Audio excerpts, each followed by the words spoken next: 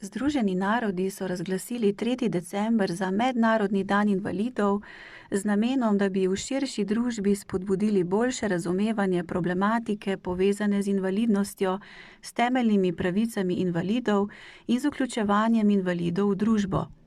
Pomembno je zavedanje, da je invalidna oseba enakopraven in enakovreden člen družbe, ki lahko prispeva svoje najboljše moči in bogati politično, družbeno, gospodarsko in kulturno življenje. V Celju smo se obrnili na Mateja Lednika, ki se je pri svojih 22 letih poškodoval v prometni nesreči z motorjem. 3 leta po nesreči je pomagal pri ustanovitvi zavoda Vozim, katerega poslanstvo je opozarjati mlade na varnost v prometu. Ravno zaradi svoje zavzetosti in organizacije preventivnih akcij je bil tudi razglašen za najprostovoljca mestne občine Celje, v kateri je tudi član mestnega sveta. Tako kot Matej se tudi v Tehnoparku Celje trudimo opozarjati javnost, kako pomembno je biti previden in kako se invalidi spopadajo z izzivi v vsakdanjem življenju.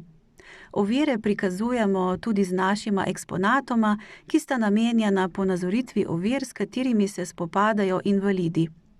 Hvala, Matej, da si z nami prijazno delil tudi svojo osebno izkušnjo.